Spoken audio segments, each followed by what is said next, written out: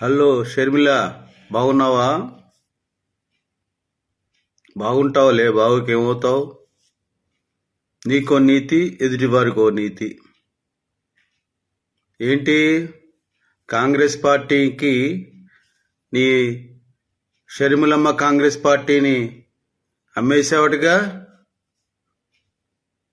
అంటే నీ భాష ప్రకారం అమ్మేసావట కదా. కాంగ్రెస్ పార్టీ షర్మిలైన నీకు, వైఎస్ రాజశేఖర రెడ్డి గారి బిడ్డవైన నీకు ఎంత ప్యాకేజీ ఇచ్చారు కాంగ్రెస్ పార్టీ వాళ్ళు? చెప్తావా ఎంత ప్యాకేజీ ఇచ్చారు నీకు? నువ్వు ఒక మనిషిగా చెప్పాలి. ఈరోజు కాంగ్రెస్ పార్టీలో చేరావు కదా, నీ పార్టీని తీసుకెళ్లి కాంగ్రెస్ పార్టీకి అమ్మేశావు కదా, ఎంత ఇచ్చారు నీకు ప్యాకేజీ? నోరుంది కదా అని నీ ఇష్టం వచ్చినట్లు గతంలో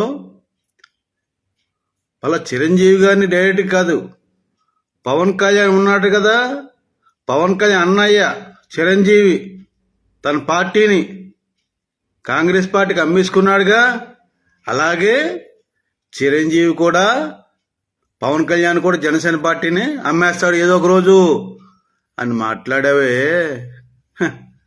ఇప్పుడేమంటావమ్మా షర్మిల? అమ్మకాలకి పెట్టావు కదా, అమ్మేశావు కదా పార్టీని తీసుకెళ్ళి. ఎంతకమ్మో ఏంటి కదా చెప్పు. నాకు కాదు, ప్రజలకు చెప్పు.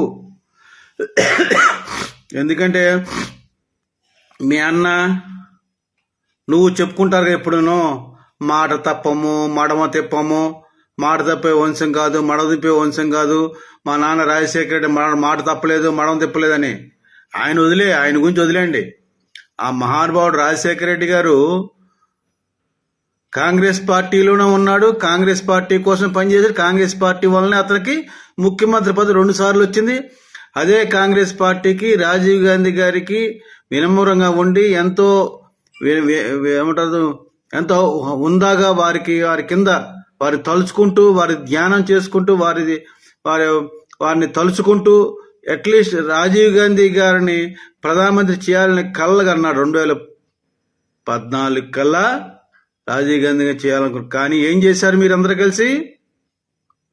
మీ అన్న ఒక దొంగ, నువ్వు ఒక దొంగ, ఇద్దరు దొంగలు కలిసి కాంగ్రెస్ పార్టీని మొక్కలు చేసేసి, కాంగ్రెస్ పార్టీ నాశనం చేసేసి, ఈ రోజున కాంగ్రెస్ పార్టీ గురించి మాట్లాడుతూ కాంగ్రెస్ పార్టీలో కలిపేసింది పార్టీని తీసుకెళ్లి. ఎంతకన్నా సిగ్గుచేటు ఉంటుందో అసలు షర్మిల? మిమ్మల్ని నమ్ముతారా ప్రజలు? ఆ కాంగ్రెస్ పార్టీ ఎలా నమ్మింది తెలియదు కానీ నాకు, మిమ్మల్ని ఎవరు నమ్ముతారు? ఎవరు నమ్మరు. మాట తప్పడం మీ వంతే, మడమ తిప్పడం మీ వంతే, ప్రజలు మోసం చేయడం మీ వంతే. ఎందుకు ఈ డ్రామాలు? ఎందుకమ్మా డ్రామాలు? అక్కడ కేసీఆర్ని, ఇక్కడ జగన్ని కాపాడడానిక? అక్కడ కేసీఆర్ మునిగాడు అయిపోయింది, ఇక జగన్ కూడా మునగడానికి సిద్ధంగా ఉన్నాడు. నువ్వు కాంగ్రెస్ పార్టీలో చేరినా మాకేమీ ఇబ్బంది లేదు. మాట తప్పడం మడం తిప్పడం అనే ఒక సిగ్గుమాలిన మాటలు మానేసండి ఇక. ఛీ, ఎందుకు సిగ్గులేని జన్మలు మీవన్నీను. మీరు తెలుగు జాతికి ఒక శనిగ్రహం లాంటి వాళ్ళు అసలు మీరు. ఎందుకంటే మీరందరూ కూడా అటు తెలుగు ప్రజలకు మోసం చేస్తూ మేమేదో గొప్పగా వాళ్ళకి సేవ చేస్తున్నామని ఒక భ్రమ కల్పిస్తున్నారు. ఆ భ్రమలు ఈ రోజు తొలగిపోయినాయి. నువ్వు మీ జగనన్న ఇద్దరు ఒక్కటే, ఇద్దరు దొందే, ఇద్దరు దొంగలే. మరి ఆ కాంగ్రెస్ పార్టీ దాని పరిస్థితి తెలియదు కానీ నాకు, మిమ్మల్ని చేర్చుకుని మాత్రం కాంగ్రెస్ పార్టీ చాలా తప్పు చేసింది. కాంగ్రెస్ పార్టీకి మీ వల్ల లాభం లేదు. కాంగ్రెస్ పార్టీ ద్వారా మీరు లాభం పొందుతున్నారని, లాభం పొందాలనుకోవడం మాకు అర్థమవుతుంది. ఫ్యూచర్లో ఏదో రకంగా ఒకవేళ కాంగ్రెస్ పార్టీ మళ్ళీ అధికారంలోకి వస్తే మళ్ళా ఈ జగన్ గారి కేసు గురించి అడ్డుకోవడానికి నిన్ను పంపించాడు మీ అన్న.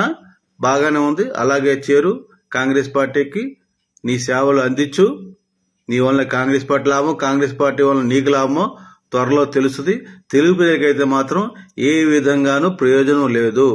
తెలుగు ప్రజలు గమనించండి. ఈ షర్మిల రాజశేఖర్ బిడ్డ బిడ్డ అని చెప్పు 100 సార్లు చెప్తుంటది. ఈ పనికిమాలిన బిడ్డ ఆ రోజు చిరంజీవి గారి తన పార్టీని అమ్మేసుకున్నాడని, ఏదో ఒక రోజు పవన్ కళ్యాణ్ కూడా అమ్మేసుకుంటాడని మాట్లాడిన దౌర్భాగ్యురాలు ఈ రోజున తన పార్టీని కాంగ్రెస్ పార్టీకి అమ్మేసి ప్యాకేజ్ తీసుకుని తెలుగు ప్రజలకు సేవ చేస్తాను మాట్లాడుతుంది. పైగా ఇంకొకటి వింత ఏంటంటే మణిపూర్లో ఎన్నో చర్చలు కూల్చేశారట. ఆ మాట ఎందుకమ్మా ఇప్పుడు? ఇన్ని రోజుల పాటు ఏ రోజు ఆ మణిపూర్లో సంఘటనలు భయంకర అందరూ స్పందించారు. నువ్వు ఎప్పుడు స్పందించలేదు మణిపూర్ సంఘటనల గురించి. ఈ రోజు ఎందుకు మాట్లాడుతున్నావు? కాంగ్రెస్ పార్టీలో చేరిన తర్వాత మణిపూర్ సంఘటనలు చర్చలు కూల్చేశారని మాట మాట్లాడుతున్నావు. తప్పు కదా అది. ఇటువంటి తప్పుడు మాటలు మాట్లాడితేనే తెలుగు ప్రజలు దేంతో కొడతారో కొట్టించుకుందిగా నువ్వు మీ అన్న కలిసి త్వరలో. తెలుగు ప్రజలు గమనించండి. ఇటువంటి వ్యక్తులు రాజకీయాల్లో ఉన్నందుకు మనం సిగ్గుపడాలని మిమ్మల్ని అందరినీ విన్నవిస్తూ సెలవు తీసుకున్నాను. ఇంకోసారి ఇంక వీళ్ళు కలుసుకుంటా అండి.